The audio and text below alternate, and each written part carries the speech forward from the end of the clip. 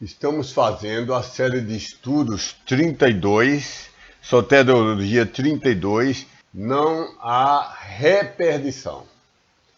E vamos estudar 104 versículos que os odiadores da doutrina, uma vez salvo, sempre salvo, eles querem lançar sobre nós. Nenhuma desses 104 versículos tem a menor sombra de razão.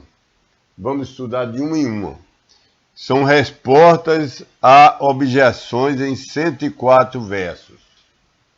Então vamos começar. Já vimos o 32a1 e 32a2, que foram chaves para estudarmos todos esses 104 versículos que eles usam, esses odiadores. E em dezenas de estudos detalhados, fora esse, já provamos clara e irretrucavelmente que, pelo menos a nós, da dispensação das assembleias locais, majoritariamente constituída por gentios convertidos e sem sombra de judaísmo, Deus nos deu a bendita e eterna promessa garantida de que, uma vez salvos, então depois, pelo poder e fidelidade de Deus e não nós, seremos sempre preservados salvos. Mesmo que na terra fraquejemos, que nós somos fracos, e sejamos então disciplinados por Deus e percamos a usabilidade, percamos algumas bênçãos aqui na terra, e no céu percamos prêmios, galardões e responsabilidades. Então vamos estudar isso, porque há muitos odiadores desse bendito ensino bíblico que citamos acima, os quais malignamente querem porque querem que nessa atual dispensação de assembleias locais, majoritariamente constituída por convertidos gentios, sem sombra de judaísmo, eles querem porque querem, esses odiadores, que um verdadeiro salvo possa perder sua salvação, se não cumprir os vagos, subjetivos e relativos altos padrões dos odiadores e a substancial perfeição, que é substancial perfeição aos olhos deles, porque nós somos imperfeitos. O próprio apóstolo Paulo diz: miserável homem que eu sou, quem me livrará do corpo dessa morte? Diz que ele queria fazer o bem, mas constantemente percebia que não fazia tanto o bem quanto ele queria. E o mal estava nele. Nós somos pecadores. Quem nega que é pecador está chamando Cristo de mentiroso. Nós nunca, nessa carne, nós nunca alcançaremos a perfeição. Então, agora nesse presente estudo sobre essa presente categoria A, de fracas objeções dos odiadores, nós vamos poder agrupar as passagens por ele alegadas em dois subgrupos. Primeiro, as três passagens. Todo esse estudo agora é sobre passagens que eles alegam que pessoas são salvos perdendo a salvação, mas nós vamos estudar um simples olhar, mostra que são pessoas que nunca foram salvas, então não pode perder o que nunca teve. São falsos mestres, são apóstatas, e vão ver que o apóstata nunca foi salvo. Ele fez de conta que era salvo, fingiu que era salvo, mentiu, mas nunca enganou a Deus. Então, nessas passagens todas de hoje, nós vamos ver dois subgrupos. O primeiro é de três passagens. Abra sua Bíblia para acompanhar. 2 Coríntios 11, de 13 a 15. 1 Timóteo 4, 1. Apocalipse 22, de 18 e 19. Essas passagens estão no grupo de capítulos da Bíblia, desde Romano até Filemão, e Apocalipse 1, 2 e 3, e parte de Apocalipse 22, que são para igrejas majoritariamente gentios, realmente convertidos. E sempre é fácil distinguir. Em todas essas passagens nós encontramos o seguinte: Deus dá a condição, aí então explicitamente usando as palavras, as letras, ele diz crer, confessar, receber. Essa é a condição. E a consequência, que não falha nunca, depois não pode ser perdida, porque é garantida por Deus, é vida eterna, vida que dura para sempre, é salvação eterna. Então, todos esses livros que eu falei, de Romano a Filemão, 3 capítulos de Apocalipse no início e 3 no fim, se referem, foram escritos esses capítulos para igrejas, para crentes da dispensação das igrejas. e todo ele somando, você vai ter entre 100 a 150 passagens que explicitamente diz: creu, está salvo para sempre.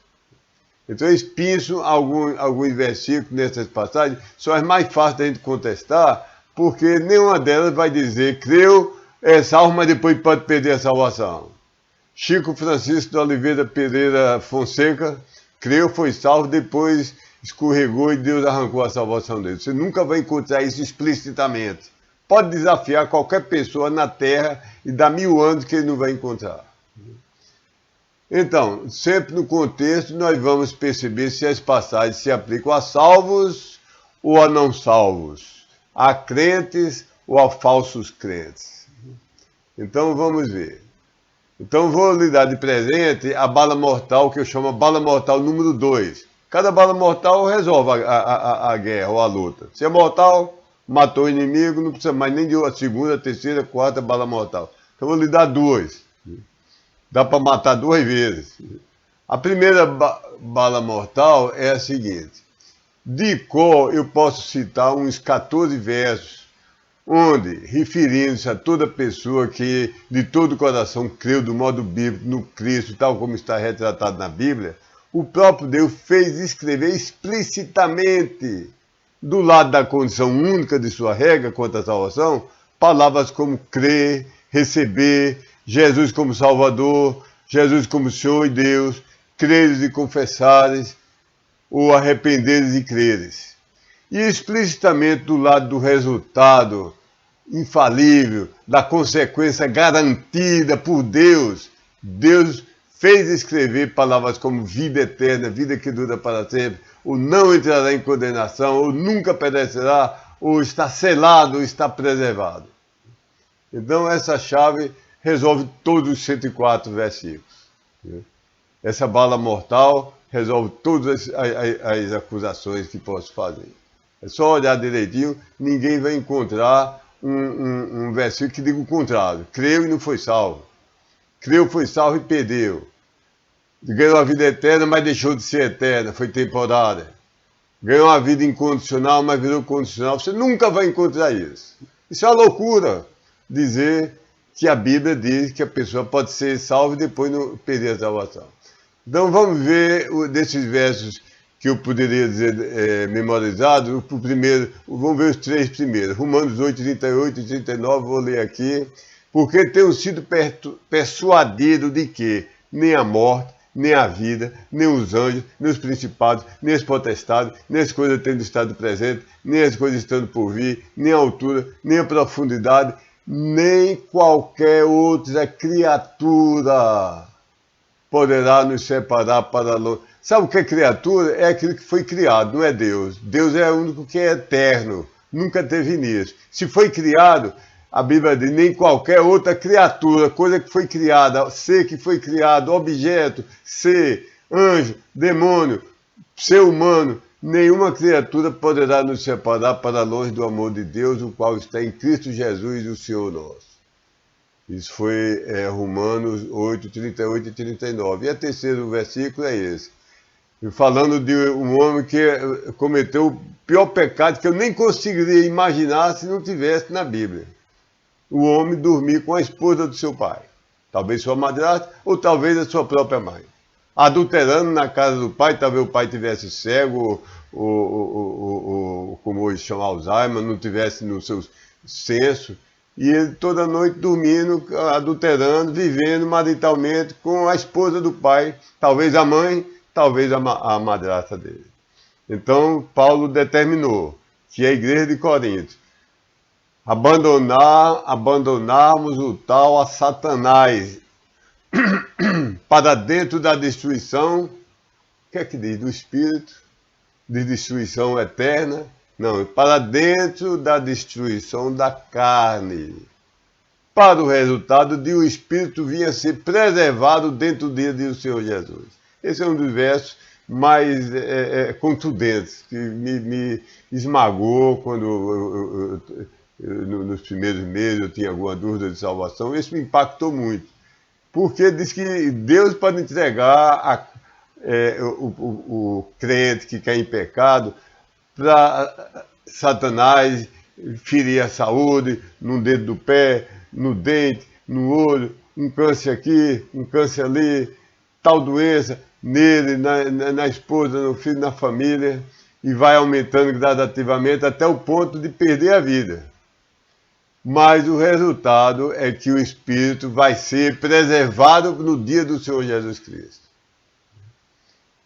Então vejamos agora as 3 passagens que o ordenador da salvação perfeita, da salvação preservada, o ordenador que Deus garantiu isso. Eu não entendo como é um crente odeia que outro crente tenha certeza de salvação. É uma das coisas que explode a minha mente que eu não posso entender. Vamos ver 3 versículos que a pessoa pode ter alguma dúvida, alguém botar minhoca na cabeça de um crente recém-convertido. Um é 2 Coríntios 11, 13 e 15. Preste bem atenção, leia na sua Bíblia, preste atenção nas palavras falso apóstolo, obreiro fraudulento. Não está falando de crente. Então vou ler. 2 Coríntios 11, de 13 a 15. Porque os tais são falsos apóstolos, obreiros fraudulentos, transfigurantes em apóstolos de um Cristo. E não é maravilha, porque ele mesmo, Satanás, se transfigura em um anjo de luz. Não é grande coisa, pois se também os serviçais dele sejam transfigurados como se fossem serviçais da justiça, dos quais o fim será conforme a obra deles mesmos. Outro versículo que eles alegam também não está falando de crente. Nenhum versículo que diz um salvo perdeu a salvação. Olha o que ele diz aqui, 1 Timóteo 4:1. Mas o Espírito expressamente diz que nos últimos tempos se apartarão alguns homens de a fé. E noutra ocasião, eu poderia mostrar que isso aí quando diz a fé com o artigo definido, é a fé conjunto de doutrina. Se apartarão alguns homens de a fé, dando atenção a espíritos enganadores e a doutrinas procedentes de demônios. Isso não é um crente, nunca foi crente. Apocalipse 22, 18 e 19.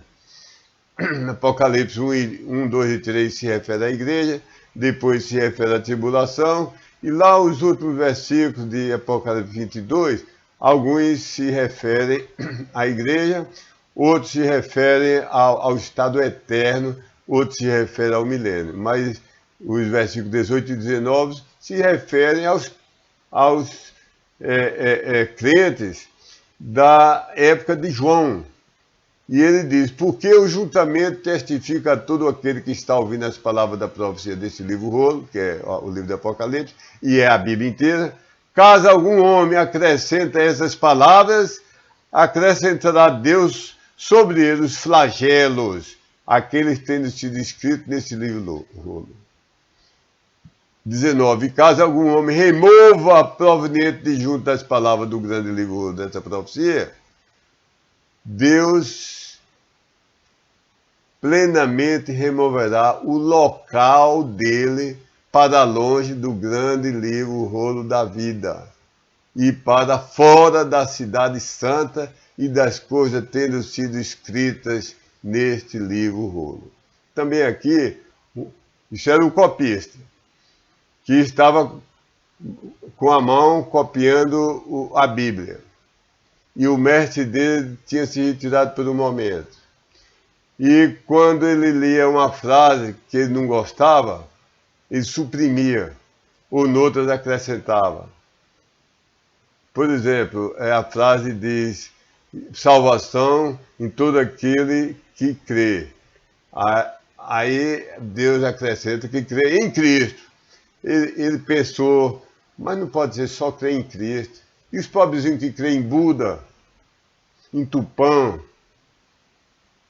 em Manitou, e no Deus Vaca, no Deus Escaravelho, no Deus Besouro.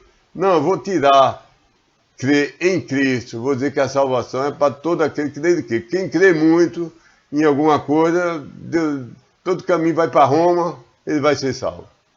Então, quem fez isso de propósito, eu nem estou dizendo o pastor que usa essa Bíblia adulterada, coitado. Ele foi ensinado sobre isso no seminário. Nem estou falando dos professores superficiais que aprendem e vão propaganda, essas loucuras. Nem estou falando. Mas o primeiro que de propósito, lá em Alexandria, adulterou o texto crítico, Deus diz que esse homem não é crente. Nunca foi crente e vai ser retirado toda a possibilidade de salvação dele. Então, isso não está falando um salvo da igreja batista, tal e tal, em tal cidade, era salvo, foi salvo, Deus escreveu o nome dele no livro da vida, depois ele fraquejou em qualquer coisa, Deus ficou com raiva, apagou o nome, disse, nunca mais vou dar a oportunidade de você ir para o céu. Ninguém mostra um versículo desse. Então, salta aos olhos que tais passagens se referem a apóstatas e falsos mestres, não a quem já creu. E crer é de uma vez para sempre. Por exemplo, há sombra de insinuação na Bíblia de que anjos que creram podem deixar de crer. Os anjos foram criados bons, Deus não criou o pecado, mas deu o livre-arbítrio aos seres inteligentes que ele criou, aos anjos e aos homens. Lúcifer resolveu pecar. O primeiro pecado foi o orgulho. Ele não quis nem ser superior a Deus no início, na frase, disse que ele quis ser igual a Deus. Ele olhou para si mesmo, muito belo, muito inteligente, maior do que todas as criaturas, maior do que todos os anjos, do que Adão, do que Eva, do que tudo, e disse, por que é que somente esse Deus merece adoração? Eu vou querer eu mesmo ser adorado. Então chegou o momento de decisão. Um terço dos anjos seguiu Lúcifer, e são os demônios, e Lúcifer hoje é o Satanás ou o diabo. E 2/3 tomou a decisão e seguiu, fiel ao Deus Criador, bendito e onipotente. Nunca um demônio vai ter a chance de se arrepender, nem quer. Ele é revoltado até o fim, ele tomou o caminho dele, um caminho sem volta. E nunca um anjo que resolveu ser fiel a Deus vai voltar e eu vou passar para o lado do diabo. Você não encontra isso na Bíblia. Também você não vê almas no céu, lá no céu, na eternidade, dizer aqui estou muito enfastiado, aqui não tem uma bebida, não tem oportunidade da gente adulterar, fornicar, eu quero ir para o inferno. Não há. As coisas são, há etapas na história que uma vez encerrada não volta atrás. Então, crer é uma coisa de uma vez para sempre. Então, leia de novo esses versículos que você vai notar que esses versículos que foram tentados mostrar que um salvo pede a salvação, não tem nada a ver com salvo. Isso tem a ver com apóstatas ou falsos mestres. Deus ilumine o seu entendimento, meu amigo.